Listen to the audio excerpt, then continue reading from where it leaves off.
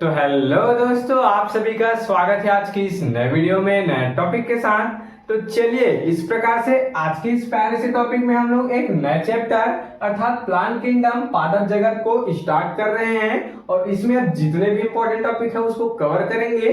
पिछले वाले चैप्टर अर्थात जैविक वर्गीकरण के अंतर्गत जितने भी इंपॉर्टेंट टॉपिक हैं हम लोग उसको आसानी से क्लियर कर चुके हैं। उसका प्लेलिस्ट बन चुका है, आप मेरे चैनल पर जाकर जैविक वर्गीकरण के जितने भी इंपॉर्टेंट टॉपिक है उसको आसानी से क्लियर कर सकते हैं। तो आज के इस प्यारे सेशन में हम लोग 11th बायोलॉजी के अंतर्गत नए चैप्टर नंबर 3 पादप जगत अर्थात प्लांट किंगडम को क्या कर रहे हैं, शुरू कर रहे हैं। इसमें जितने इंपॉर्टेंट टॉपिक है उसको अब हम लोग लाइन बाय लाइन कवर करते जाएंगे। तो इसी में आज का ये जो क्लास है पादप जगत प्लांट किंगडम का एक बेसिक सा क्लास होने वाला है। पादप जगत क्या है, पादप जगत वर्गीकरण कैसे होता है और इसको क्यों किया जाता है, इसको हम लोग बड़ी आसानी से आज की इस प्यारे से सेशन में क्लियर करने वाले हैं। तो चलिए बिना किसी समय गंवाए इसको समझने का प्रयास करेंगे। तो पादप जगत अर्थात ऐसा स्थान जहां बस पूरा पादप का अध्ययन होता हो, जहां पूरे पादप ही हो अर्थात प्लांट ही हो, वो क्या कहलाता है, पादप जगत। चलिए इतना क्लियर है। अब पादप जगत का आखिर वर्गीकरण क्यों किया गया, तो इसका वर्गीकरण करने का मुख्य कारण क्या क्या है, क्योंकि कोई ऐसे ऐसे पादप होते हैं जिनमें पुष्प होते हैं और कई ऐसे पादप होते हैं जिनमें पुष्प नहीं होते हैं। अब कई ऐसे पादप होते हैं जिनमें पुष्प तो हैं लेकिन उसमें जड़ तना पत्ती नहीं है, लेकिन कई ऐसे पादप होते हैं जिसमें पुष्प भी है जड़ तना पत्ती भी होता है। तो इसी कारण इसी आधार पर क्या किया गया, पादप जगत का वर्गीकरण यहाँ पर किया गया। तो चलिए इसको क्लियर करते हैं। तो पादप जगत को कितने भागों में वर्गीकृत किया गया है, कितने भागों में, तो 2 भागों में। पहला है यहाँ पर क्रिप्टोगैमी, दूसरा है फेनेरोगैमी। ये तो आप कभी कभी पढ़े होंगे, ये आप कभी कभी पढ़े होंगे कि पादप जगत को 2 भागों में विभाजित किया गया है। तो 11th में यही है कि क्रिप्टोगैमी और दूसरा क्या है, फेनेरोगैमी। अर्थात क्रिप्टोगैमी का मतलब किससे है, अपुष्पदभिल, देख सकते हैं अपुष्पदभिल, और फेनेरोगैमी अर्थात पुष्पोदभिल, देख सकते हैं। जो क्रिप्टोगैमी है उसमें पुष्प नहीं पाया जाएगा, जबकि फेनेरोगैमी है ऐसे प्लांट में ऐसे पादप में क्या पाया जाएगा, पुष्प पाया जाएगा। उसी को बोला गया है कि क्रिप्टोगैमी इसको अपुष्पोदभिक बोलते हैं और फेनेरोगैमी को पुष्पोदभिक कहते हैं। तो चलिए इतना क्लियर हो गया होगा।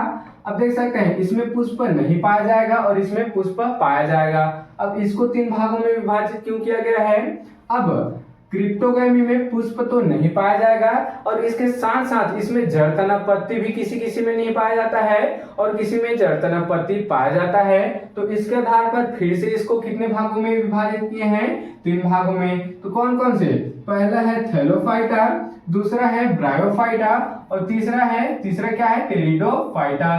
तो चलिए इसको क्लियर कर लेते हैं।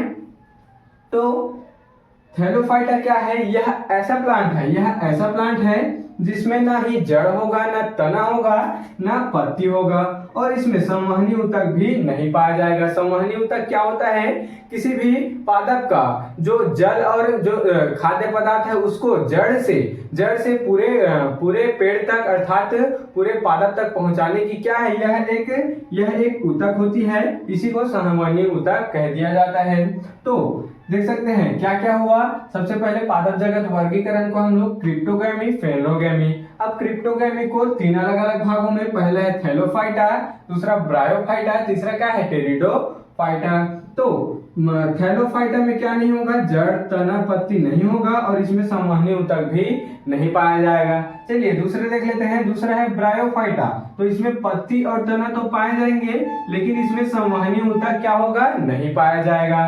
तो देख सकते हैं इसमें जड़ तना पत्ती भी नहीं पाया गया और संवहनी ऊतक भी नहीं पाया गया, जबकि देख सकते हैं ब्रायोफाइटा में पत्ती व तना तो पाया जाएगा लेकिन इसमें संवहनी ऊतक नहीं पाया जाता। चलिए क्रिप्टोगैमी का तीसरा प्रकार देख लेते हैं। तो यह है टेरिडोफाइटा। अब इसमें जड़ तना पत्ती तीनों होगा और इसमें संवहनी ऊतक भी इसमें उपस्थित होता है। देख सकते हैं क्या बोला गया, ध्यान देंगे। थैलोफाइटा ऐसे पादप है जिसमें न जड़ होगा, न तना होगा, न पत्ती होगा।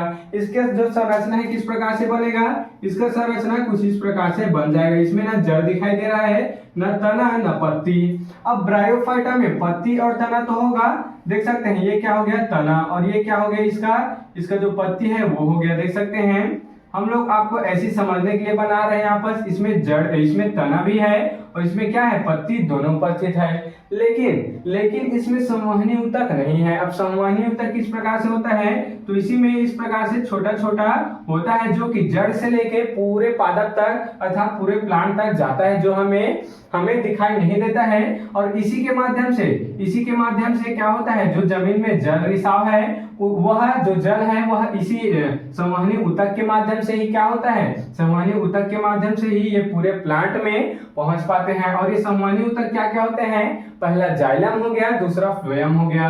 तो ये दोनों के माध्यम से ही जमीन में उपस्थित खाद्य पदार्थ और पेय पदार्थ है पूरे प्लांट तक पहुंच पाते हैं। चलिए आशा करता हूं क्लियर हो गया होगा। अब टेरिडोफाइटा ऐसे प्लांट है जिसमें क्या होगा, जिसमें सब चीज होगा, इसमें संवहनी ऊतक भी होगा, इसमें क्या होगा तना भी होगा और इसमें पत्ती भी उपस्थित होता है। तो इसमें ये भी है तना, पत्ती भी है और इसमें संवहनी ऊतक भी उपस्थित होता है। ये केवल समझने के लिए है आपके लिए। तो चलिए एक बार फिर से जल्दी रिवाइज कर लेते हैं। तो क्या है, पादप जगत का वर्गीकरण दो भागों में बटा है। सबसे पहला क्रिप्टोगैमी जिसमें पुष्प नहीं पाया जाता, दूसरा क्या है फेनेरोगैमी जिसमें पुष्प पाया जाता है। अब पुष्प नहीं पाया जाता है, इसको तीन भागों में विभाजित किया गया है, थैलोफाइटा, ब्रायोफाइटा और टेरिडोफाइटा। अब थैलोफाइटा में क्या क्या नहीं होगा, इसमें कुछ नहीं होगा, इसमें ना जड़ होगा, ना तना होगा, ना पत्ती होगा। अब और इसमें संवहनी ऊतक भी नहीं होता है। दूसरा क्या है ब्रायोफाइटा जिसमें पत्ती और तना तो होगा, लेकिन इसमें संवहनी ऊतक नहीं होता है। तीसरा क्या है टेरिडोफाइटा क्या होता है, इसमें जड़ भी है, तना भी है, पत्ती भी है और इसमें संवहनी ऊतक भी उपस्थित होता है और इसमें देख सकते हैं पुष्प भी उपस्थित होता है। तो इस प्रकार से हम लोग आज के इस प्यारे से और बेसिक से क्लास में पादप जगत के वर्गीकरण को समझ चुके हैं। अब नेक्स्ट क्लास से थैलोफाइटा, ब्रायोफाइटा और टेरिडोफाइटा के बारे में बड़े ही विस्तार से आपको जानकारी देंगे। आखिर होते क्या हैं, कहाँ पाए जाते हैं, लक्षण क्या क्या होते हैं, इससे क्या क्या लाभ होते हैं, ये सब हम लोग आगे वाले क्लास में समझने वाले हैं। तो आप इसके स्क्रीनशॉट यहाँ पर ले सकते हैं।